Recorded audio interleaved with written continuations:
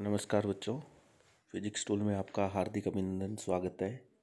और एक नए पैटर्न के साथ मैं आपका इस चैनल में स्वागत करता हूं।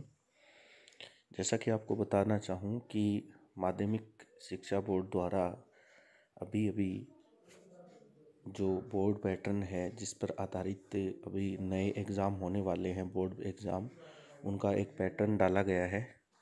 और इस पैटर्न के अकॉर्डिंग मैं आपको ये बताना चाह रहा हूँ कि अपने फिज़िक्स के अंदर, ठीक है, किस प्रकार का जो पेपर है अपने इस साल बोर्ड एग्ज़ाम में आएगा, उस पर आधारित मैंने एक छोटा सा वीडियो आप लोगों के लिए बनाया है ताकि प्रत्येक बच्चे को इसका पता चले। क्योंकि इस बार कुछ सिलेबस है वो 40% सिलेबस कम कर दिया गया है, तो उस दौरान पर्सन कितने आएंगे, किस प्रकार का पेपर रहने वाला है, वो सारा सिस्टम जो बोर्ड पैटर्न के आधार पर बोर्ड ने इसके लिए एक ब्लूप्रिंट कह दो या फिर एक प्रकार का मॉडल पेपर कह दो, वो आप लोगों के लिए यहाँ पर जो बच्चों के लिए बताया गया है, तो उसके अनुसार आपको ये ज़्यादा सुविधा हो जाएगी कि किस प्रकार का पेपर इस साल आपका आने वाला है।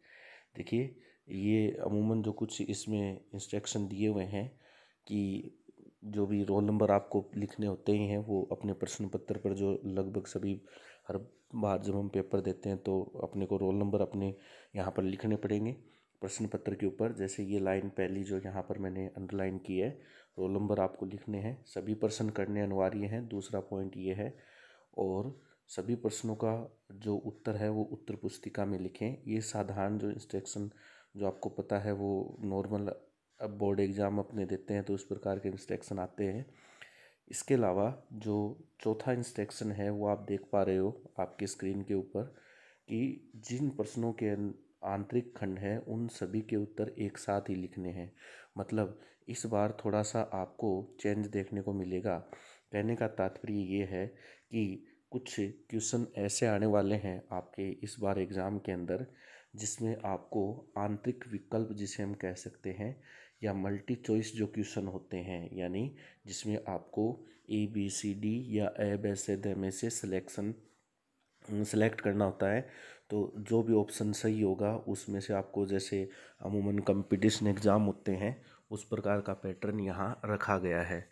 तो उसमें आंतरिक चॉइस के अंदर आपको 4 ऑप्शन मिलेंगे। उनमें से जो सही ऑप्शन है वो आपको आपके जवाब में लिखना है, ठीक है।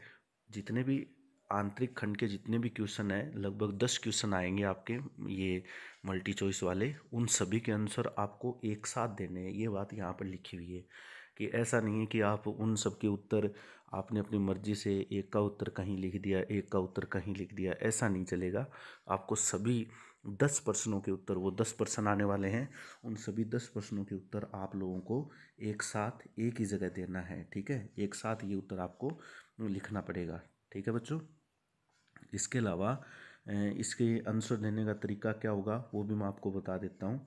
आपको एक प्रकार से एक कॉलम बनाकर एक सारणी बनानी है। उस सारणी में इस प्रकार आपको ब्रैकेट्स बनाने हैं, और पहले का फर्स्ट का पहला भाग, फर्स्ट का सेकंड भाग, फर्स्ट का थर्ड भाग, इस प्रकार आपको कॉलम बनाकर उसके आंसर देने हैं। अब इसमें ए है तो ए, इसमें बी है तो बी, सी है तो सी, इस प्रकार आपको इनके आंसर है वो टेबल बनाकर आपको देने होंगे। मैं उम्मीद करता हूँ कि ये चीज़ आपको समझ में आ गई होगी। यानी आपको जो चौथा भाग है उसके बारे में बता रहा हूँ। 10 क्वेश्चन आपको ऐसे देख मिलेंगे जिनके आपको आंसर एक प्रकार से सारणी बनाकर ऐसे इधर क्वेश्चन अंक आ जाएंगे, 1 नंबर, 2 नंबर, 3 नंबर, जो भी आता है, और ABCD आपका जो ऑप्शन आपको सिलेक्ट करना है वो आपको इसमें लिखना है। इसके अलावा जो पांचवा ऑप्शन इसमें दिया हुआ है, पांचवा जो दिया हुआ है, इसमें लिखा हुआ है प्रश्न पत्र के हिंदी व अंग्रेजी रूपांतरण में अगर किसी प्रकार की त्रुटि, अंतर या विरोधाभास होने पर हिंदी भाषा के प्रश्न को आपको सही मानना है।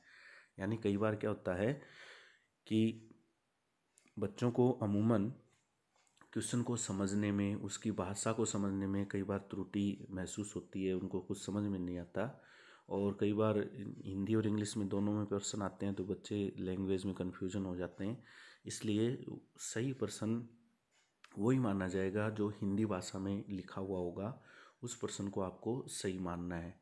कई बार कुछ कॉन्स्टेंट्स होते हैं, उनकी वैल्यू वगैरह या कुछ और भी ऐसे मान होते हैं जिनमें आपको अंतर देखने को मिल जाता है, तो जो हिंदी भाषा का जो क्वेश्चन है वो आपको सही मानना पड़ेगा। फिर छठा जो पॉइंट है वो ये कह रहा है आपसे कि प्रश्न का उत्तर लिखते समय आपको प्रश्न का क्रमांक जरूर लिखना है। जी हाँ, ये बहुत महत्वपूर्ण पॉइंट है। बच्चे क्या करते हैं, जल्दबाजी में प्रश्न का क्रमांक लिखना भूल जाते हैं, लेकिन ऐसा आपको नहीं करना है। प्रश्न का क्रमांक, जैसे पहला प्रश्न है तो पहला, पांचवा है तो पांचवा, उत्तर 5, उत्तर 7, इस प्रकार आपको प्रश्न के क्रमांक भी अपनी कॉपी में नोट करके फिर आपको उस प्रश्न का आंसर देना है। अब चलिए मैं बताता हूँ कि इसमें आपको 7वां पॉइंट जो है वो क्या बताने की कोशिश कर रहा है, इस बारे में थोड़ा सा आप देखना। 7वें पॉइंट के अंदर आप लोगों को ये बताया गया है कि आपके पेपर का पैटर्न आखिर रहेगा किस प्रकार। ठीक है, जैसा कि आप स्क्रीन पे देख पा रहे हो कि आपको ABCDE के रूप में, ये देखो ये इस प्रकार ये जो खंड है यानी पार्ट वाइज आपको पेपर मिलेगा ABCDE के रूप में, और आपको आंसर भी इसी प्रकार देना है। यानी प्रत्येक खंड का उत्तर एक साथ होना चाहिए। जैसे आपने पार्ट ए आप सोल्व कर रहे हो तो पहले ए पार्ट के सारे आंसर आपको एक साथ करने हैं, उसके बाद पार्ट बी के सारे आंसर एक साथ करने हैं, फिर पार्ट सी के, फिर पार्ट डी के, ऐसे आपको आंसर लिखने पड़ेंगे। इसके अलावा देखो प्रश्न पत्र की जो संख्या है उसमें क्या चर्चा कर रखी है इन्होंने ये कहा है कि पहले प्रश्न से लेकर 11वां प्रश्न, पार्ट ए की बात कर रहा हूँ, पहले प्रश्न से लेकर 11 प्रश्न, यानी टोटल ये हो गए आपके, वैसे तो देखें 11 प्रश्न हो गए, लेकिन जो पहला प्रश्न है उस पहले प्रश्न के अंदर आपको 10 अ-ब-च-द के क्वेश्चन मिलेंगे, यानी मल्टी चॉइस जो क्वेश्चन है वो 10 मिलेंगे। यानी इस प्रकार 10 क्वेश्चन तो ये हो गए, और 2 से लेकर 11 10 प्रश्न ये हो गए। ये इन टोटल प्रश्नों की संख्या होने वाली है 20। ठीक है, प्रत्येक प्रश्न 1 अंक का होगा और आपको इसमें 20 नंबर मिलेंगे, यानी 20 प्रश्न हो चुके हैं टोटल, तो 20 अंक के ये क्वेश्चन आपको देखने को मिलेंगे। तो मैं उम्मीद करता हूँ आपको ये चीज़ समझ में आई होगी। दोबारा आप यहाँ से चेक कर सकते हो कि यहाँ पर पहला जो क्वेश्चन है, पहले क्वेश्चन के अंदर आपको 10 पार्ट मिलने वाले हैं, जो मल्टी चॉइस क्वेश्चन होते हैं, बहु विकल्पीय जिनको हम क्वेश्चन कहते हैं, वो 10 भाग आपको मिलेंगे। उनमें से आपको अ-ब-च-द के रूप में आंसर देना है। उसके बाद दूसरे क्वेश्चन से लेकर 11वें क्वेश्चन तक एक एक अंक के, ये भी एक एक अंक के होंगे और इसके बाद वाले भी एक एक अंक होंगे। तो टोटल जो है प्रश्नों की संख्या 20 हो जाएंगी, प्रत्येक एक अंक का होगा। इस प्रकार 20 अंक के आपको इसमें नंबर आप प्राप्त कर सकते हो। यानी बहुत ही, कहने का अर्थ है बहुत ही साधारण और सिंपल पैटर्न रखा गया है बच्चों के लिए। ये इस प्रकार इस कोरोना काल के दौरान जो पढ़ाई डिस्टर्ब हुई है उसको देखते हुए बोर्ड ने ये पैटर्न बनाया है, ताकि बच्चों को आसानी से अंक मिल सके। इसके अलावा प्रश्न नंबर 12 से 15, मैं दूसरे खंड की बात कर रहा हूँ, 12 से 15, ये इसमें 4 प्रश्न होने वाले हैं, प्रत्येक प्रश्न 2 अंक का होगा।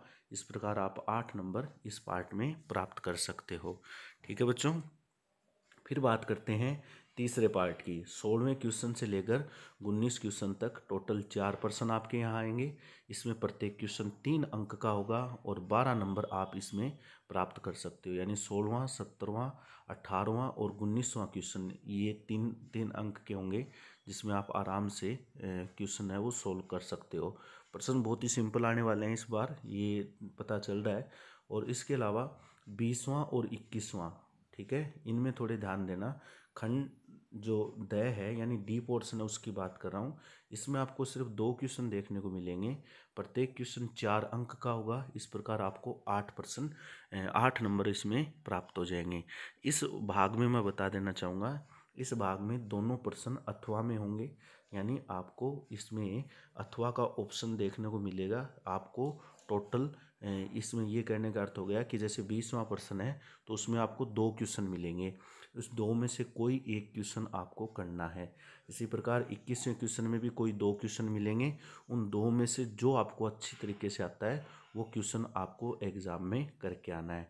फिर इस बार बोर्ड ने एक बहुत ही अजीब, मतलब एक बहुत ही नया जो कह सकते हैं एक इसमें प्रश्नों में पैटर्न रखा है, तो मतलब बच्चों के लिए बहुत ज़्यादा इसमें सुविधाजनक ये होने वाला है। 22वां और 23वां क्वेश्चन जो भी 2 प्रश्न है ये 4 नंबर के होंगे, प्रत्येक प्रश्न 8 अंक इसमें मिलेंगे। इसमें देखो सबसे हैरान करने वाली बात ये है कि बहुत ही मतलब आज तक ऐसा नहीं हुआ।